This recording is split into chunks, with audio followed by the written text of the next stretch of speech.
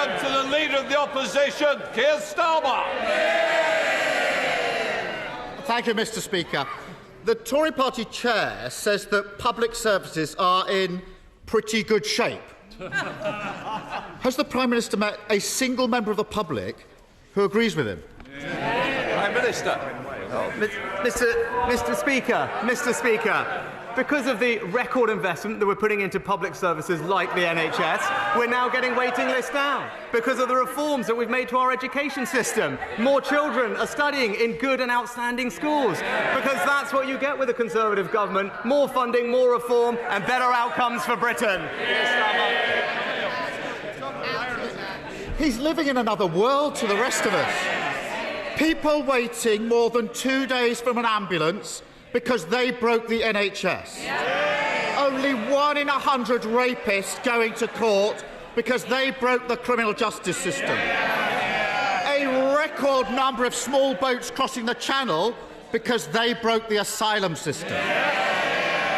People can't afford their bills, can't get the police to investigate crimes, can't get a doctor's appointment. Does that really sound like pretty good shape to him? Well, Mr. Speaker, what's the record since 2010? Since 2010, crime down by 50% under the Conservative government, Mr. Speaker. 20,000 more police officers, we've given them more powers, and we've toughened up sentencing, all opposed by Sir Softie over there. Mr. Speaker, either the Prime Minister... Order. Our constituents want to hear the question and the answers. What I would say is, you'll progress questions beyond. The Prime Minister wants to leave early, along with the Leader of the Opposition. Help me to help them. Yes. Mr. Speaker, either the Prime Minister doesn't use the same public services to the rest of us, or he simply can't see the damage they've done to our country. In 2019, Ariel Lee, a convicted people smuggler, threw boiling water over a prison officer, leaving him with first-degree burns. The prison officer said it felt like acid. His face was on fire. His attacker was found guilty, received a prison sentence, quite right in my view. Does the Prime Minister agree? Well, Mr. Speaker, while record is clear on sentencing, it was this party and this government that passed the Sentencing Act last year. It toughened up sentences, and the average custodial sentence has now increased since 2010 by almost 2/3. For child sex abusers, it's up by 15 months, and for rapists, it's up by 2 years. And when our Sentencing Act ended the automatic early release of offenders who pose a danger to the public, it was the Labour Party who voted against it.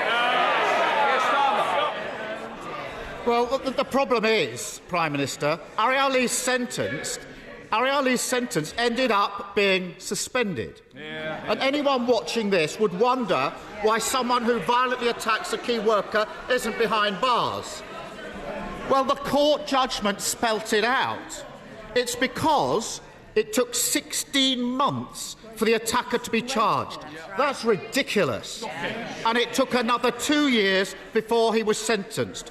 Completely unacceptable. Can't the Prime Minister see that because they've lost control of the court service, because they've created the largest court backlog on record, he's letting violent criminals go free? Mr. Speaker, here's the record. We're cracking down on grooming gangs, and he's uncomfortable, Mr. Speaker, he's uncomfortable addressing. We toughened the law on sex offenders so they spend longer in prison. He voted against it, Mr. Speaker. And we've increased rape convictions by over 60%. Meanwhile, he attended 21 sentencing council meetings that watered down punishments. That's why they call him Sir Softie. Soft on crime, soft on criminals. Mr. Speaker, I've prosecuted thousands upon thousands of sex offenders. He's just shown he doesn't understand how the criminal justice system works. No wonder he can't fix it. And he thinks that cracking down on crime is suspending a sentence where someone should be in prison. That shows the problem. Yep. And another reason, Mr. Speaker, another reason cited by the court for suspending the sentence in Ariel Lee's case was a letter from the Justice Secretary in February about prison overcrowding. As a result of that letter, courts have been told to have awareness of the impact of current prison population levels when passing sentences. In simple terms, the wrecking ball the Tories have taken to criminal justice means that thousands of people who should be in prison aren't. The court also said, he shakes his head, he should read the judgment. The court also said that it's for the government to say when prison conditions return to a more normal state. Now, I know the Justice Secretary has been busy trying to save his own job rather than actually doing it. But has the Prime Minister asked him when he's going to get a grip on the prison system and withdraw that letter which is allowing criminals to walk free? Mr. Speaker, we're in the process of building 20,000 more prison places. That's what this government is delivering, because we're toughening up sentencing and putting more people behind bars and making sure that our most serious offenders spend longer there. But I love it when he talks about his record as a lefty lawyer, Mr. Speaker, because I was looking at this, because when he was there, he's quoting things, I read that people were really disappointed that his organisation let down victims. That wasn't even my assessment. That was his shadow Attorney General.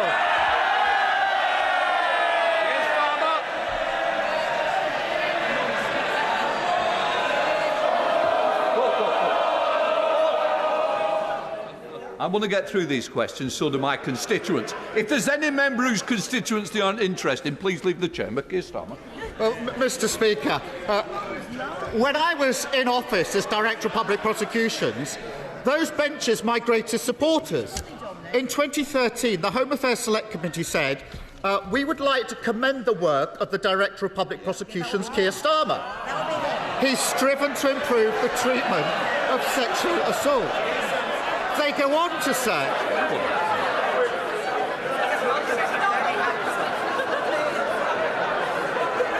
Can we... Prime Minister's questions matter to our constituents.